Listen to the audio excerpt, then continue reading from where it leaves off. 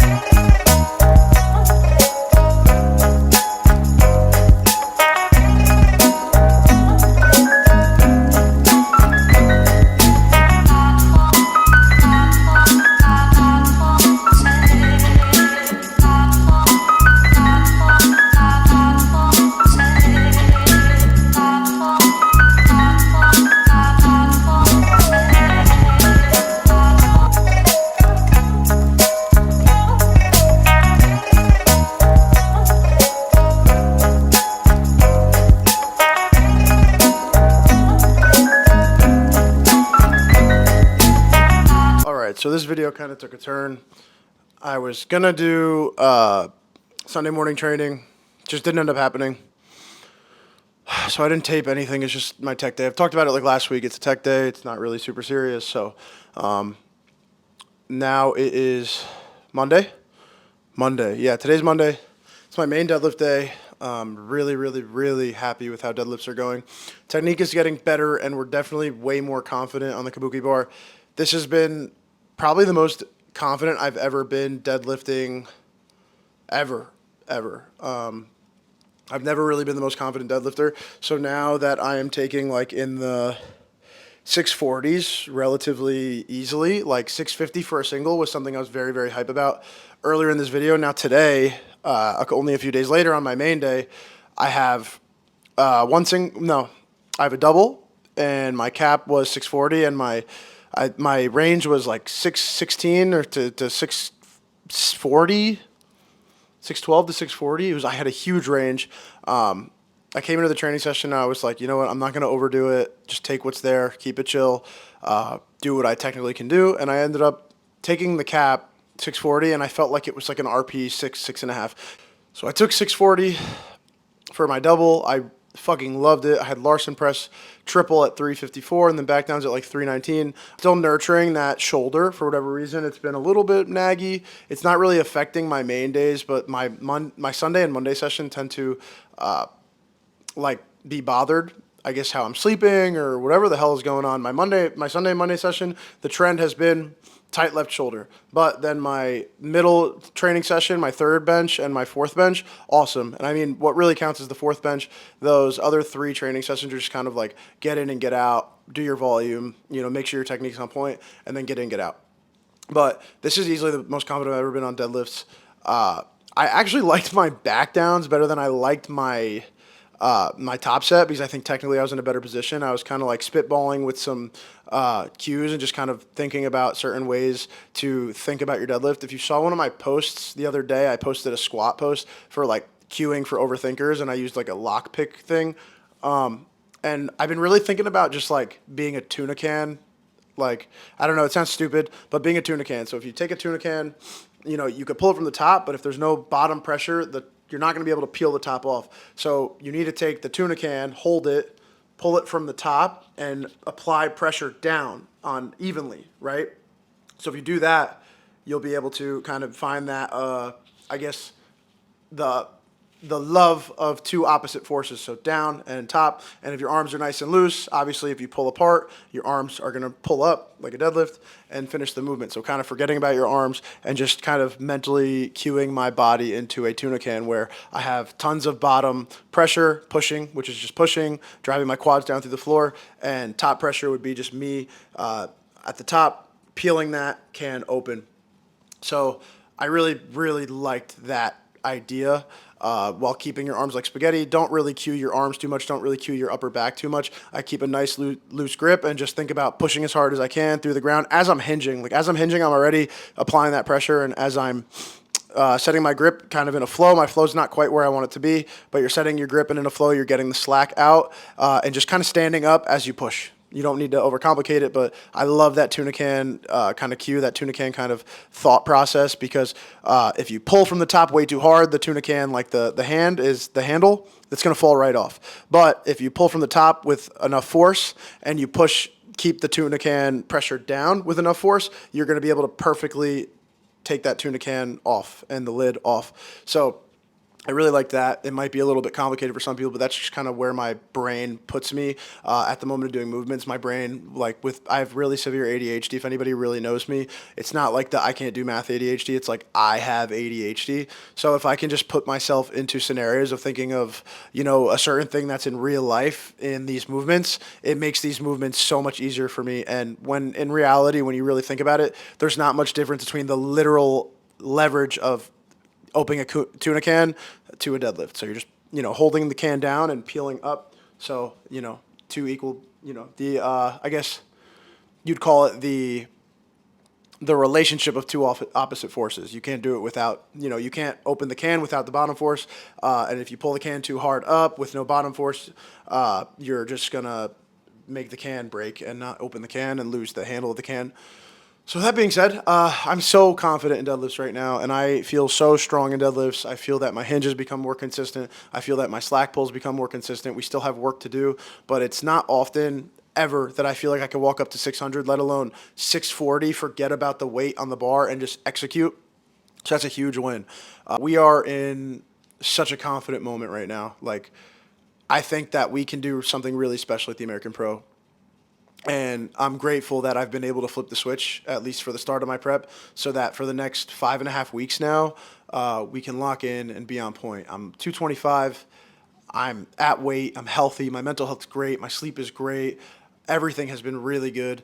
So all I really have to focus on is just doing what's on the program and doing it to a high level and taking control of the variables outside of my life, and then we're all good. Like, it's kind of weird. It's just dawning on me that the American Pro's coming up now because I got the I got the Airbnb, and it was like, damn, am I really this close to the American Pro? Like, is it really 5.5 weeks out? Like, it feels like yesterday I did the last American Pro, but this one's going to be more special, and this one's going to be bigger and better, and the next one after that is going to be bigger and better. So that's it for this video. Fran and I had some family over this weekend, so I didn't really get to film much, and honestly, that wasn't on my mind. Like I said, I wanted to do life first and foremost, so we just dropped them off at the airport. I got my training session in. It was awesome, and now we're going to go on a little date because she has a free meal today. So she's going to enjoy that free meal. I get a healthy free meal, and that'll be it for this video, and I don't think I'll see you until next week because I don't really have any crazy training. I have my SBD day, which is super important to me, so I'll film that SBD day just like I filmed the last one with a recap and whatnot, and I'll add more interesting content for everybody to look at for the next video because this was kind of a drier video, just my training, kind of just me going through the motions and just giving you guys recaps on how things went. I'll try and see what I can do for the next one. Maybe another day of eating with different foods, and we'll see where it's going. Because now that we're in prep and we're 5.5 weeks out, we're pretty chill. We're not really going out. We're not really doing a whole lot of going out and doing crazy things. I'm kind of a hermit. I'm a homebody. I like being a homebody. So being in prep is a nice excuse to be a homebody. And for the next 5.5 weeks, we just got to be on point, follow the meal plan, follow the program, and do our things because we're in a good position, and I don't want to put myself out of that position because it all comes down to me. So that's it with the video. Like the video, subscribe to the channel, and I will see you guys probably next week. I probably won't have anything uploaded until next week, maybe midweek. If you follow me on Instagram, you'll see whenever I post because it tends to be sporadic and there's no schedule, and that's how I prefer it. So I will see you guys next week. And thank you guys for watching if you guys sat through me just babbling on this video. So like, subscribe, whatever. I'll see you guys later.